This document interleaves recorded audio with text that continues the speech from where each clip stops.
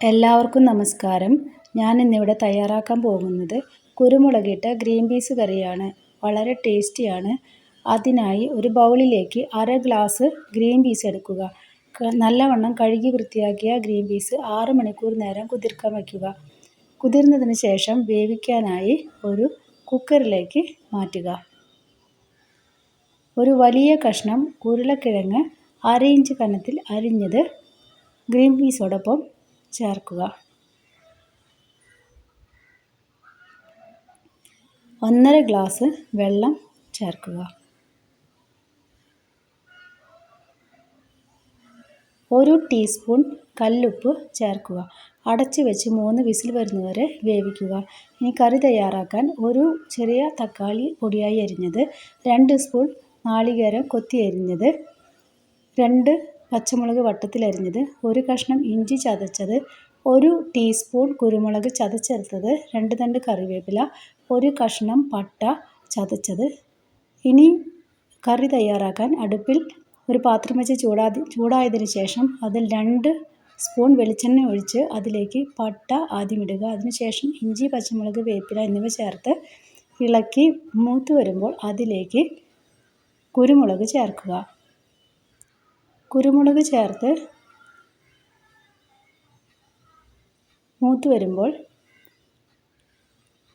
അതിലേക്ക് 1/2 ടീസ്പൂൺ മഞ്ഞൾപ്പൊടി ചേർക്കുക.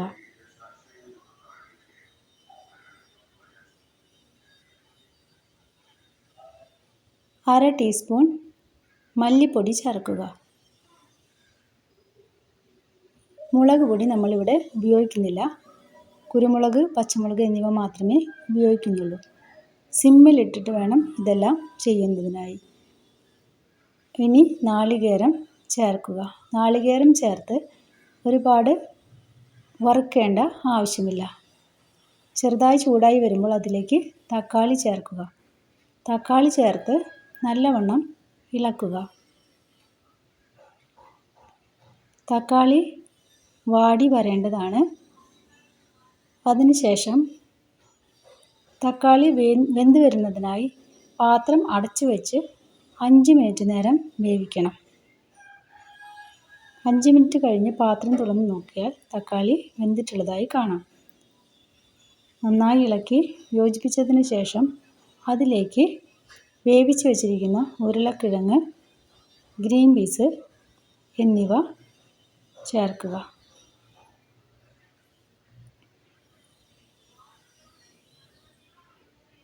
വെള്ളം ഉള്ളതായി തോന്നാം, എന്നാൽ മസാലകൾ പിടിച്ച് കുറുകി വരുമ്പോൾ ചാറ് പാകത്തിനാകുന്നതാണ്.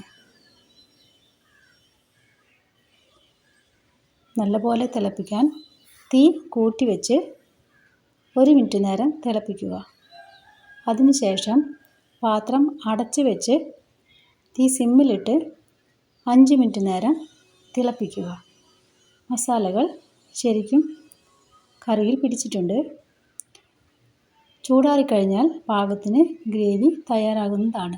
വളരെ ടേസ്റ്റിയായ ഒരു കറിയാണ്. ചപ്പാത്തിയുടെ കൂടെയോ പൂരിയുടെ കൂടെയോ ചോറിൻ്റെ കൂടെയോ നമുക്കിത് ഉപയോഗിക്കാവുന്നതാണ്. എല്ലാവരും ട്രൈ ചെയ്യുക. ഇഷ്ടമായ ലൈക്ക് ചെയ്യുക, കമൻറ്റ് ചെയ്യുക, ഷെയർ ചെയ്യുക, സബ്സ്ക്രൈബ് ചെയ്യുക. എല്ലാവർക്കും നന്ദി, നമസ്കാരം.